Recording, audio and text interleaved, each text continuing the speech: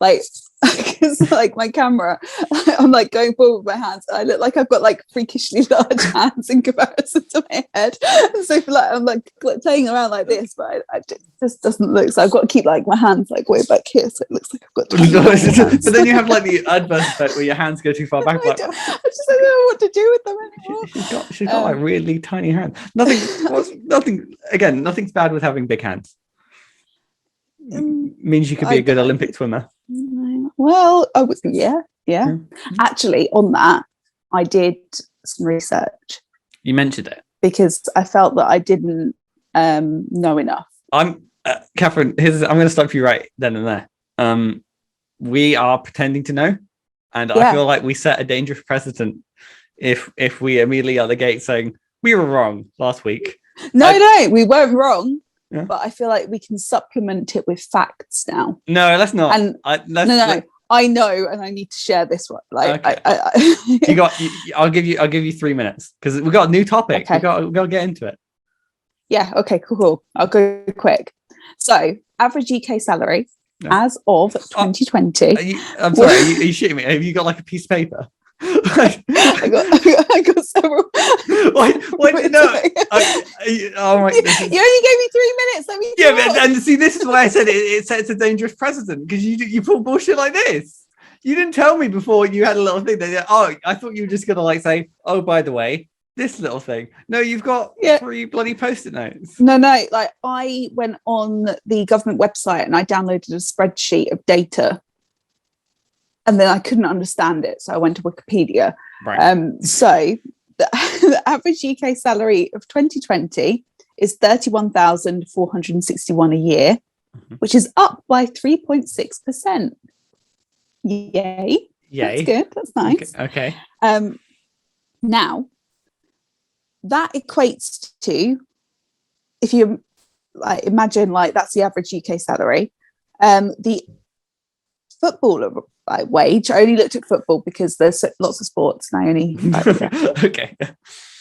And we clearly were on like a football hate train, so I was like, I'll roll with that hate train. So it depends on where you are. Now remember we spoke about like there being different divisions.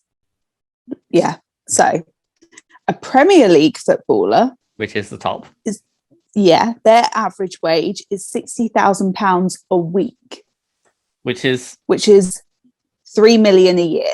That's probably a good amount ish. Yeah, it's too much. So it's way too much. Like average UK salary for a year is 31,400. They nearly double that in a week. Like that's stupid. Then you've got Championship, which is one down. Okay, yeah, maybe. Okay, yeah. They get 4,000 a week. That sounds more. £200,000 a year. Still too much. Okay. Okay.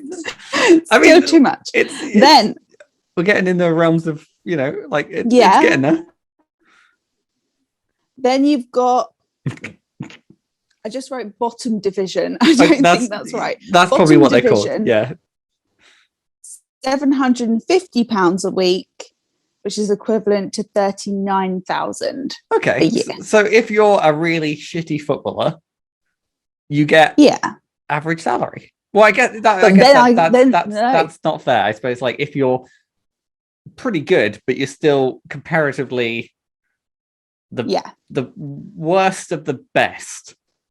Exactly. But then I crunched the numbers. So in the Premier League, no, you're ready. Like I'm about to like. Okay, is this the where it all builds up to? Premier League, there are 20 teams and about 514 players. £60,000 a week. Yeah. So that's a lot. It's a lot. Now in the UK, the top 10% of UK earners account for 53% of the total UK wealth. Okay. And the top 10% is anybody who earns more than £176,000 or more. That's a lot. So are we saying... So basically that's Premier League and Championship footballers in with that group of people earning too much. So is this the sort of like not just tax the rich, tax the footballers? So then the national insurance hike. You remember? I remember it fondly. Making it topical, making it relevant. So they want to raise £36 billion for social care. Good cause, happy, good cause, like worth it. And they want to do that by hiking the national insurance for everyone by 1.25%. There was something about it being equivalent to 10%, but I didn't understand that, so I'm just going to pretend I didn't see it. Okay. You're just honestly, you're throwing a lot of numbers. But I know. Like, but this, I love it. Like, so in 2019, adding more numbers. We still don't have our new topic yet. This is. If I gone past my 3 minutes, I'd say so, but I'm not gonna stop you yet. So 66.65 million people were in the UK in 2019. I tried to get more up to date data, couldn't find it. Right. But if the top 10% of earners who are earning 176,000 or more, which is too much, the footballers, they could pay just over £1,000 a week, about £54,013 a year. Okay. And they would solve that problem. That's 36 billion needed for social care. We got the 10% of the people in the UK that are earning 175,000 or 176,000 or more, pay £1,000 a week and more. They'll solve it in a year. Solve it in a year. Wow, you've gone out and you've cracked the case wide open. But what I've proven there is people shouldn't earn that much. That's too much. It's too much. It's too much. It's too much. I don't understand why that's so much. Like, why? Well, I mean, okay. So is that some actionable maths? Well, yes. So, did it make sense? Did I because in my head that made sense? I mean, I explain that well. It was a journey to get there. I'll be honest. But I'm all for the journey and the maths and clearly the amount of work you put into calculating this. I just dropped knowledge.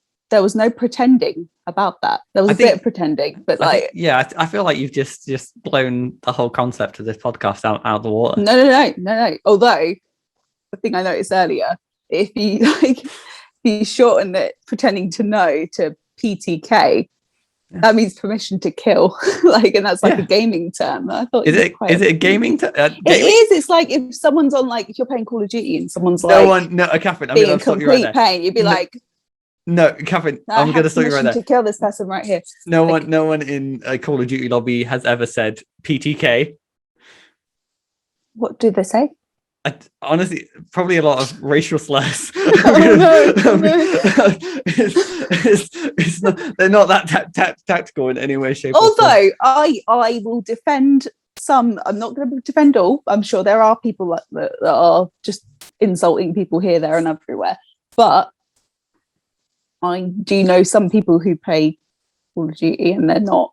No, Katherine, I'm not. Honestly, please don't take me completely literal that I said if you play Call of Duty, you're only there you're racist. I think, Katherine, as a gamer myself, I can vouch that there are people who don't do that. But I'd be honest, I was making a joke. I was, it's that went over my head. I apologize. That's fine. You just like I need to defend Call of Duty players. I've got friends who are Call of Duty players and they're being slandered. No, it's just not all Call of Duty players are the same. Don't tarnish them. Yes. I'm gonna get our new topic now. Is that allowed? That's cool. I've got through my post-its. I'm happy. Okay, that's good. Okay, well there you go. I'm just saying next week if you have posters. I'm just going to say I told you so in the dangerous precedent we'll set today this week. Just letting you know that. I'd like more posts. I like having knowledge to drop. It's the thing is with this podcast, it's making me go away and search stuff up because I want to know. My lack of knowing bothers me. Are you ready for the question? I'm ready for the question. You're ready for the question. You're completely done with me. I've been very ready for the question. Okay. Just because that's the point of this podcast. And looking at the time, I feel like we're 7 minutes in. We need a topic. Give us a topic. Let's go. Who had the biggest impact on the person you have become? Oh, it's a pretty deep one. Yeah. What do you think for that? I mean, I feel like saying parents is a big old cop out. But yeah, they would. Of course they would. Yeah. So I'm trying to think of people who aren't my parents. No. Let's start with parents. Let's break that down first. I mean, well, no. Yeah, let's bring that. Come on, listen. Like, we can bring if it is that hard to think of people outside the family. I think outside the family space, because that's too easy of an answer. Yeah, but let's do that first. That's like, but that's going to take up the whole. What? That's going to be the whole chat. No, like. Okay, 5 minutes on parents. Go. We're not timing it in any way, shape, or form. Okay, fine. Okay, I'm going to try and think of someone outside the parent sphere. You can. While I talk about. You can go nuts about Although I can't. So, I'm gonna. Clearly, our thoughts, our ideas, the way that we see the world. Yes, there's a lot of that is external to family, but ultimately, I think the way that we are today is definitely a mixture of how dad brought us up, how mum brought us up, and I think that's really nice. And like, sorry, my favorite. You've seen that image online of like there's two like characters sitting on a sofa, and they've got like TV heads. Yeah. And both the TV heads say like a particular brand of like a type of like a particular type of fucked up, and then they have their baby who has a little TV of like a whole brand new kind of fucked up, which I think is the way less wholesome way of saying what you've just said. Because you're like, it's a really nice like combination, like a blend, and I'm just like, it is a blend. And actually, I think the biggest problem that people face is when they see their parents as completely unflawed. And I think our parents brought us up to not see them as perfect. They kind of like, if they ever did make a mistake, they were very much like, yeah, like this happened, and I could have done this differently. I think that is actually quite a lovely way to see a parent, is actually not as on a pedestal, but as a human being. Yeah, no, 100%. And because parenting is terrifying. Like I thought, we should preface. Neither one of us are parents. No, but like the fact that you bring a person into the world, first of all, you've got to name it. Which, I'll be honest, a lot of people do fall out that first hurdle. What pressure? Like that is that person's label for the rest of their life. I mean, you can change your name. What? You can change your name. You can. Of course you can. Katherine, is this you? Do you want to change your name? No, I don't. But what I love about that, because I was having a conversation with mum about this, and she was like, well, like we had ideas of your names, and it was quite difficult to come and like, basically they're like, oh, well, last minute we kind of looked at you and went, oh yeah, you're a Katherine. And I'm like, how do you do that? Because that is a skill. How do you look at a person and go, you look like this? I mean, I went through a stint where I didn't like Matthew anymore, and I was like, you got to call me Alex. Oh, do you remember your middle name? Yeah, because everyone. Do I remember? Katherine, did you just ask me if I remember? No, I have a middle name. What? Oh my god, I can't. No, yeah. But like, because the thing for me, the way I know I'm in trouble is if my middle name is being used. Like not now. Obviously, I'm 29 years old. But like growing up, like if dad or mum went Katherine Ann, I was like, oh no. Like, and like the naughty step hasn't even been mentioned yet, and I'm already about to cry. Yeah. But for you, we could not say Matthew Alexander because you hated Alexander. Yeah, it's weird. I went through a stint where I hated Alexander, but I think I just wanted to be called Alex. And why? That was my rebellious face. That's the extent of it. Where did like the dislike of Matthew come from? Was that like just a short phase? It was just in like primary school. I just have like the briefest of memories about it. But it was more the case of I know that people would call me Alexandra. Yeah. Instead of Alexander, I would be like Alexander. It's duh. And that's such a primary school thing, isn't it? Just to sort of like purposely get someone's name wrong, just to be like. Yeah, no, I don't know. I mean, like, I'm all right with Matt. I guess I've grown into it. The thing is, we've both got names that can be shortened, but for me, like, would anyone call you like Kath? I know, if anyone shortens my name, I'm like, what are you doing? That's not my name. Like Kath. Like, sorry, like if anyone's called that, but like for me personally. Wow, Cap, you've just decimated a whole, like, all the Kaths in our audience. There are so many ways you can shorten it, and I cannot imagine any of those being me. Like, because that's not my name. Whereas you've shortened your name. Yeah, I get Matt. I get. But was that something that friends did, and therefore you just started? Honestly, I think it is that friends are lazy. They're not going to say your whole name. They're just gonna. If they can find a little shortcut. Yeah, they're just like. Well, to be fair, at work I was purely Whitby. I do. Like, I see. It was just easier. If I can, I would be Whitby. I do like Whitby. Yeah. Makes me feel like I'm in like some kind of like sport club where people are like Whitby. I'm like, oh, where's the? This is why you weren't in any sports club. To be fair, anyone says my name, I'm like, what do people want? Honestly, because like Matt is a very common name. It's like all over the shop. So yeah, Whitby comes in handy. But that's what I mean. Like, so parenting, there's the whole, all of that, and all the connotations of like naming someone and then that being their forever name unless they choose to change it. So are we saying the biggest impact our parents have had on us is naming us? The biggest day to day, like, because like regardless of the impact that parents have had on you, like that's the thing that people call you. So, but equally, when you're growing up, every thing that is sort of said to you, you take in. Like you don't know the impact that something's going to have. Yeah. So this is the point of the podcast in which I take issue with the question, as I think that's my role in this podcast. I don't know who I am as a person. Is that? No, neither do I. Yeah, that's what I mean. That's okay. Yeah. Well, yeah. No, I'm not. Yeah, but I mean, it's good. But you're not a finished product yet. Catherine, I don't think anyone's a finished product until they're dead. By that point, any changes they wanted to make, it's too late. Yeah. So I mean, like that's what I mean. Quite profound. So, yeah, not to get too weird on it, but yeah, it's like and I don't know if I could like I can't backtrace through a timeline to be like, oh yeah, that event really shaped me. Really kind of yeah. There's definitely key events where you could be like, yeah. But is it the case of like that impacted me in the sense that, oh, you know, I found out how to knit and I knit Do you know now. how to knit? No, I don't know how to. I'm trying to think of an example, all right? But the only ones that come to mind are like potential traumas.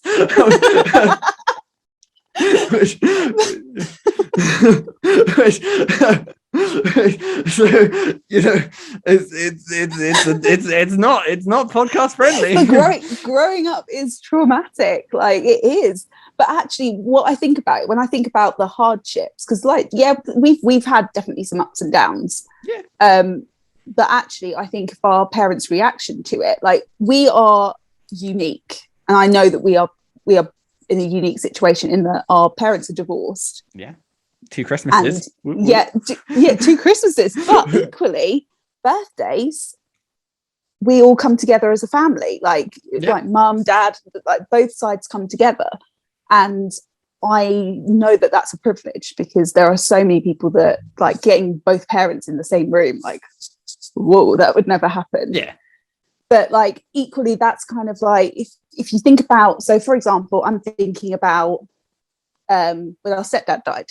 Yes. Like the way that both our parents kind of worked as a team and went, right, okay, like mum's clearly trying to sort of process all of that herself too. Yeah. But dad stepped up and was like, right, okay, let's come together as a team. What do we need to do to help the kids get through this? Because that was our first brush with death. Like we there were people in our family who had died, but not to that. Not within that proximity. You know, no. There's so definitely...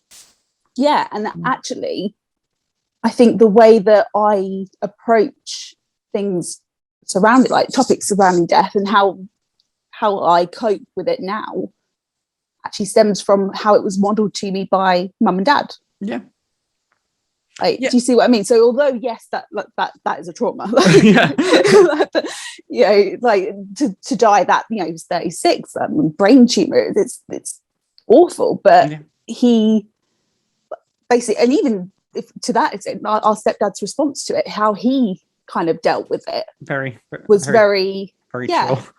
Very chill, very matter of fact, and I don't think that things were hidden from us in that respect. But I guess what was it the timing of it? I'm trying to think. How old were you? Because I think I was 15, 16. So I would have been 12. I was 12, 3 years younger. It's that weird one because I think so that event so if that's one of the events that I can definitely tell was like, I think has kind of like definitely shaped. It's a defining moment. But in the sense that I know from that moment on, it's like everyone kind of had their roles of like stuff that they kind of needed to do. And I was, I'm not, again, at 12 or 11, I'm not a baby. No. But my kind of, I don't know, I think I just felt it was my responsibility in that situation to kind of be the levity. Yes. And you definitely, I think actually that's something we both do. Yeah. We use humor. We laugh at our problems. Yeah. We use humor as a coping mechanism, and I don't know if that's the most healthy way of dealing with it. But that's what I mean. So it's like, that's the situation in our event where I can definitely see that's kind of shaped, that's impacted me in the way that I tackle things going forward. Yeah, 100%. I do want to try and think of something outside of that. Well, something outside of that, and also like something positive.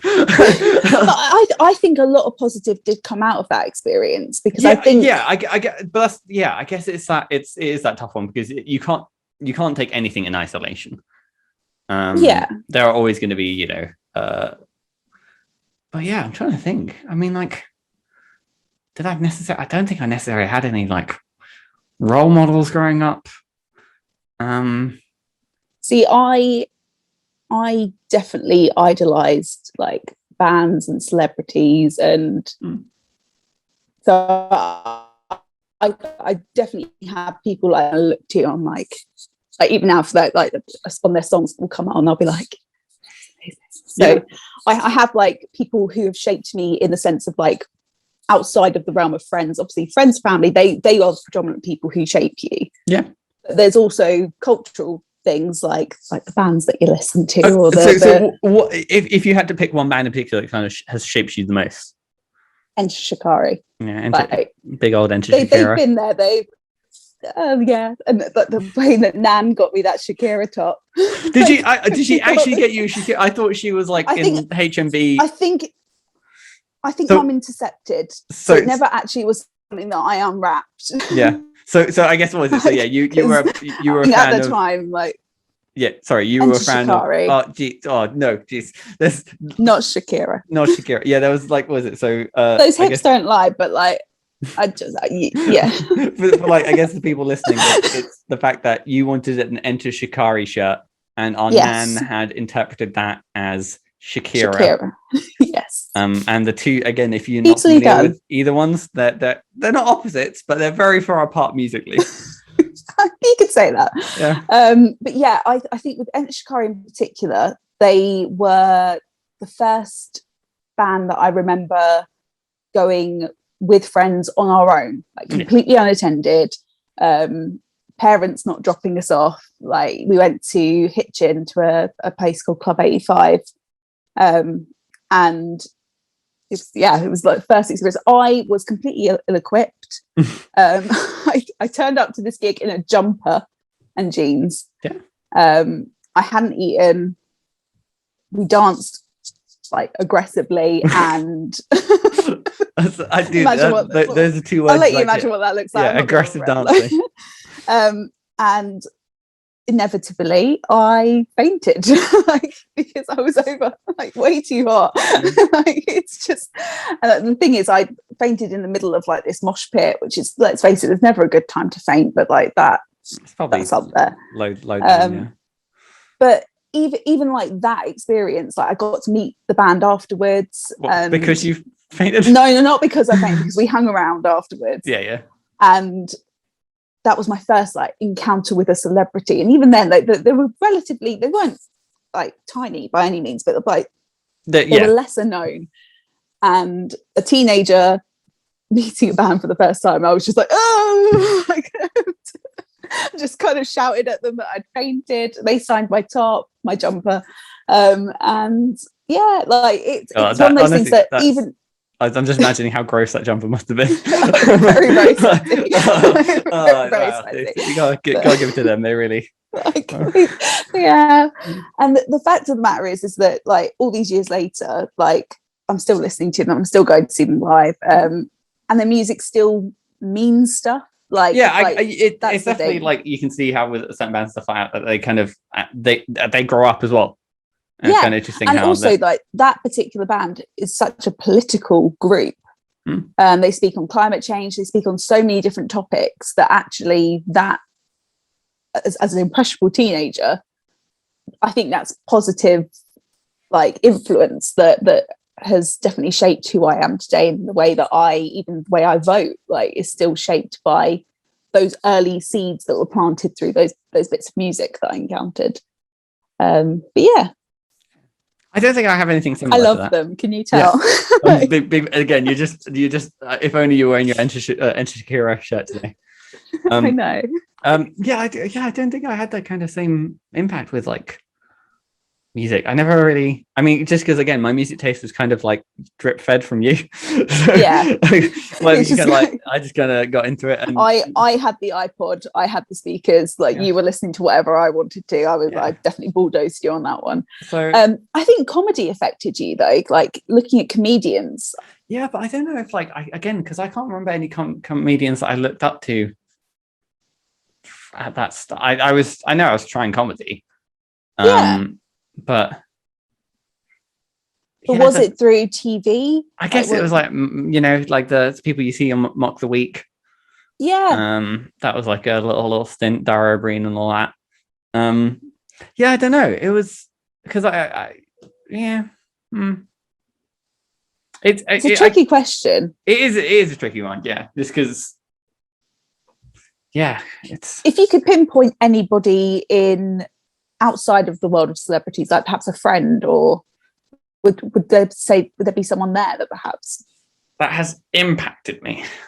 Yeah. Because the thing is, you're not an island. You haven't manufactured the way that you are today. True.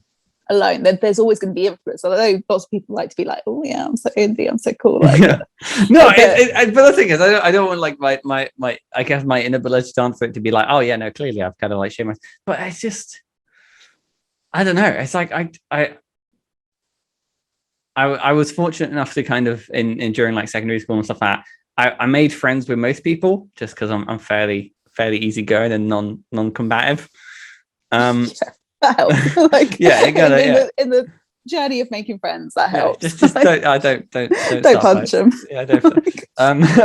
So it's like I kind of like shimmied about, and it's a tough fucking. I'm gonna swear. It's a tough question. Yeah, I don't think hard. It is, yeah. But that's what I mean. I guess so I guess maybe it is impossible to try and find an answer that is outside of kind of like immediate family. It is. I'd say so. That's a tough one. Because like you're with those people for like a large chunk of your life. What about school though? Because like for me, one thing that used to freak me out as a teacher is I was like, well, actually, like some teachers are probably like seeing those children more than their family are, like in the sense that you spend Monday to Friday. Yeah. Like, I mean, I definitely had like teachers that I kind of got along with, but I don't know. It's that kind of. I like there was never any kind of like lasting. Because like not in the case of like I'm always like what's Mr. or Mrs. X up to these days. I don't know if that's just my abysmal memory, or the fact that just the way my school was is we kind of had a lot of shifting teachers, So you didn't really have that same amount at that time to kind of, yeah. Yeah, I'm Katherine, I'm struggling. Your mind is like, I'm trying to stay afloat here. I'm trying to keep that. But actually, that I'm going to do a bit of psychoanalysis here. That says a lot, because actually, that probably means that so many things have influenced you, like little nuggets from everywhere, that actually it's hard to pinpoint exactly one thing, or maybe or one being. I'm an immovable object that cannot be impacted. I am. Here's the thing. I'm the biggest impact on other people's lives. Right? That's how this goes. I come into your life like a fucking meteorite, and I shape. Change. You did. Like, I can say, as the older sibling here, like, you did come into one. Like Grandma still tells the story like with a lot of fondness, which is me eating ice creams on the back steps. Yeah. Mum and Dad were off, like, bringing you into the world, and then you, Grandma got the phone call, sat me down, gave me like the pre-warning of, you're gonna have a little brother. He's gonna come over here. You're gonna have to see him. And I was like, no, that's not what I ordered. I wanted a sister. Very specifically, I wanted a sister. And then, like, obviously, like, when you were growing up, I wanted to do everything for you. Like, you were like a doll to me, like as an infant. And maybe that, like, I would dress you up, like, literally. I think there is that photo of me in a nurse's outfit. The nurse's outfit, yeah, because like you were a thing that I could literally just. I feel like, Cameron, this is like, we're learning so much about you, and I don't want to be the one to put on the psychoanalysis hat, but no,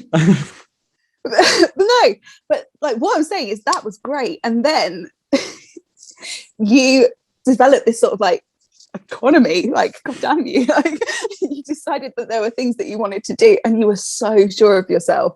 And the thing that I'm thinking of is that the skill that I'm still incredibly in awe of is that if there was something that you did not want to do, you would hold your breath until you passed out. Yeah. And there was no way that I was not getting in trouble for that, because like, if you walk into a room, I'm sat there and then you're unconscious on the floor, I've done something, haven't I? But no one's going to believe that you did that to yourself. The problem is like, I've long since lamented the losing that ability to just hold my breath and pass out. I if I could do it, there's so many situations where I would just drop that bad boy. It's such a power move. It is such a power. I'm sure it's caused some brain damage. I think that's is that why you can't remember anybody? There's whole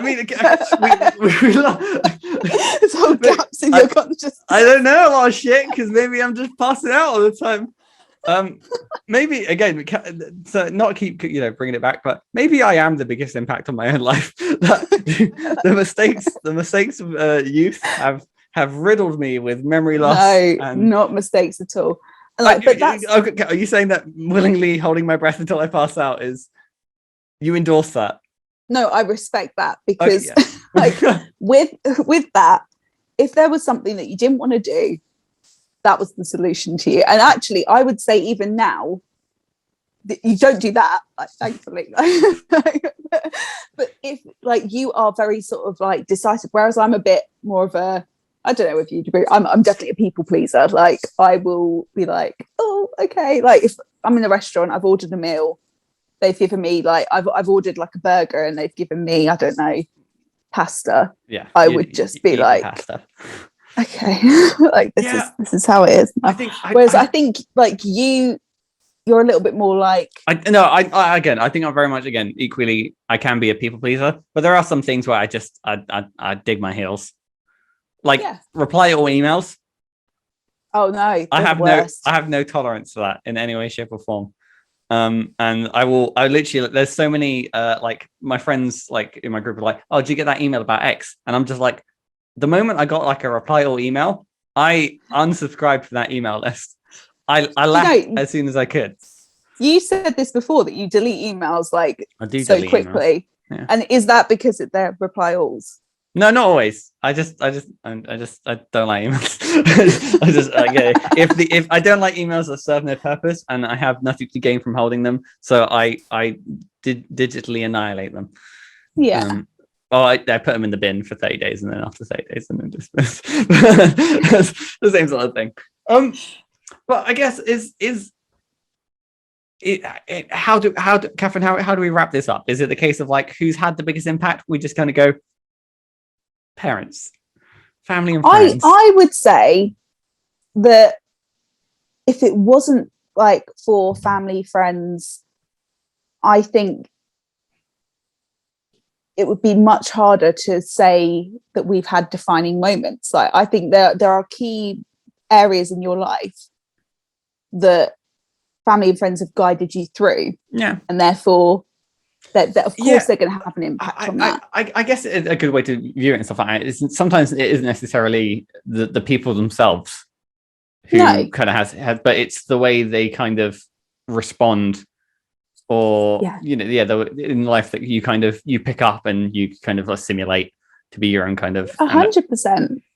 Yeah, and actually, the thing about like from the moment you are born, you like not just you specifically, but from the moment anyone is born, like the only thing that you can do is watch and listen, and like so actually the way that you are now is that accumulation of things that you picked up along the way and gone, I like that idea. And in the same way that like I think you can't necessarily, in some case, at least in our case, I don't think you can necessarily point to a single individual to kind of say who's had the biggest impact, because it takes a village, doesn't it? Like, and I think with our family as well, in particular, like we're all up in each other's business. I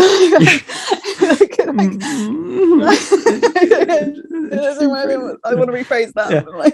I mean, also, I guess going back to like my point of like, I don't know. We don't know who we are. We don't know if, and also like impacts aren't like, it's not the case of like, my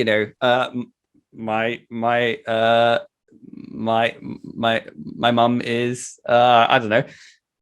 I'm trying to think of a decent example. Either way, so like you impacted on someone, like how deep they impact you isn't a constant. It shifts. Like sometimes, and also I think that we as beings, again, just putting on my little psychoanalysis, like we are predetermined to think about, right, okay, when things have gone wrong, like talk about that idea of like trauma, like when things have gone badly, who's been there to help me through it? Because actually that's where it matters most to us. Although like there's like parents, we've been so lucky, they've been there the whole way. But actually we think about like when things went bad, who could I lean on? Who could I trust? And then those are the things that are, and actually maybe the question should more be what moments have defined you rather than people specifically. So like the question, like in summary, then the question's shit, and the question, fuck that question. Next week we'll get a better question. How would you answer that though? Like what moment? Be the moment? Oh geez. Like what's the defining moment for you? We'll go one positive, one negative. One positive, one negative. I mean, I'm gonna go. I'll go with the low ball, low hanging fruit, easy one. Negative. I mean, I don't know. We'll pop in the negative category because again, it's a little bit of turmoil. We'll say parents' divorce. Yes, two Christmases, but it evens out. I would say. So, in what way though? Like, in what way would it? I mean, like, obviously, it in terms of like everything that happened, it kind of shifted us to be kind of closer towards our grandparents on our dad's side. Yeah, which is brilliant. Which was really good and stuff like that. Just we're living them. Living with them at the weekends, and so that was kind of a big way. And then again, it kind of lent into what you're saying is like seeing your parents as like flawed individuals. Positive. Do you see that as a negative then? I mean, I suppose it's the first like. Okay, so here's the thing. The way I'm putting it is like, okay, you want a positive, negative one. On the whole, people don't actively normally advocate for divorce. So I'm putting that in the negative column, but there are some positives to it, you know. Yeah, 100%. 100%. A positive event that kind of had. I think honestly, I think going to when I moved to Amsterdam, or I think generally just moving away to university. I think those. Yeah, I was going to say uni's quite defining, isn't it? I would say, yeah, just kind of those kind of first tastes of independence, and particularly with Amsterdam to be so far away from everything and really out of my comfort zone. But it kind of helped with that kind of. What lessons did you feel you learned from it? I guess like self-reliance. I mean, I went out there with like a friend, and then that friend ditched me. Halfway, a friend in the loosest sense of the terms. So then I was like, okay, I'm now fully alone in this, in a country that I don't. Which is terrifying. Like if you think of it in that way, your mindset is. I'll be honest, Catherine. I think in the grand scheme of things, I think living in Amsterdam alone has prepared me nicely for the last few years. What pandemic? Like you were fully prepared to isolate. I was out there with my butter hands. Dutch for sandwich. Yeah, because you didn't know the language, and I know that there are a lot of English. Like I said, I picked up bits and bobs, but yeah, it was. But also again, Otterham being the clear one. Yeah, the Netherlands are again a fantastically bilingual country. So it was a joy and all that. And what an amazing experience! Yeah, it was again. I was kind of super fortunate to have that happen. It was part of work, but also. I was gonna say, stop asking questions. I've got questions. No, listen. We're going over time. You know. Okay. Sorry. I need to flip the shoe around and just like, what about you? You know, favorite positive moment, negative moment. Yeah. So I think positive. There's two. So obviously the uni. I'm good. That was your example, so it'd be boring for me to be like continuing on. Yeah. But yeah, like going to University of Cumbria was a first step into independence. Yeah. But prior to that is during my A-levels, spending that month in Kenya. Yes. But not only that, the preamble to it, where me, like Jack in particular, we both worked so hard to raise the funds for it, and we did like a gig that we tried to run, which was just a nightmare, like from start to finish. You did a raffle? Trying to like raise all this money to go out there, and then the actual going itself kind of like makes you it opens up your world. And then in Kenya specifically, like we worked like in animal sanctuaries. We helped build like a part of a classroom. I say part because like, let's face it, we were teenagers. What do we know? Like, like if there's people still using that classroom, like I'll be very surprised, because we tried. And it was my first sort of insight into how privileged I was, not only to be able to do that, but also to be in a position where I could raise over £3,000 and people were willing to help, but to go to a place where actually in some places there was some real extreme poverty. It was my first sort of like eye-opening. Obviously before that point you're aware, because I'm not saying I got to 17 and I was like, what? my God, you're like. But it was the first time it felt real, in fact it was like staring you right in the face, and that is completely eye-opening. And actually teaching a little bit from that, because that was my first experience into teaching, and then that kind of got you into chase that career path. 100%. And then negative,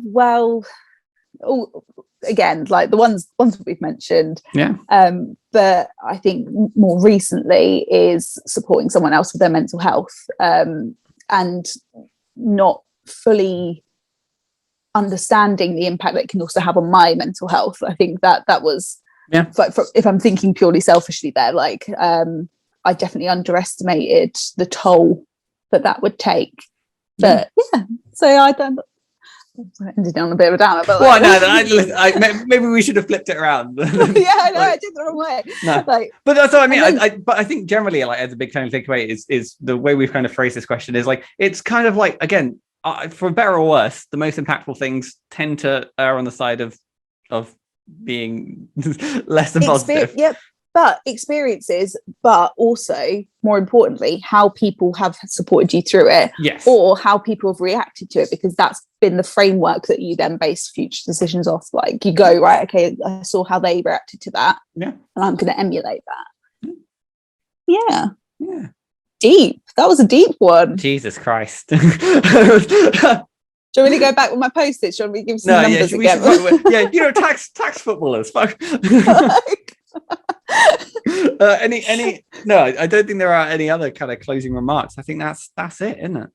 No, I'd say so. Yeah, like interesting. Like, really interesting. Stay tuned next week for maybe a little bit of levity. We'll talk about what part of our body's most ticklish. No.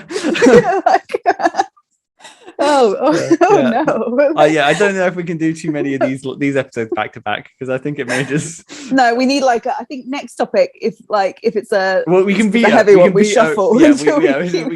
Yeah, okay. Like, we need like lighthearted. Like, next week we can be just like, what's your favorite food? Yeah, okay. So yeah, stay tuned next week. Lighthearted, we promise. Talk about fajitas and all sorts. Like. Okay. Okay. Bye.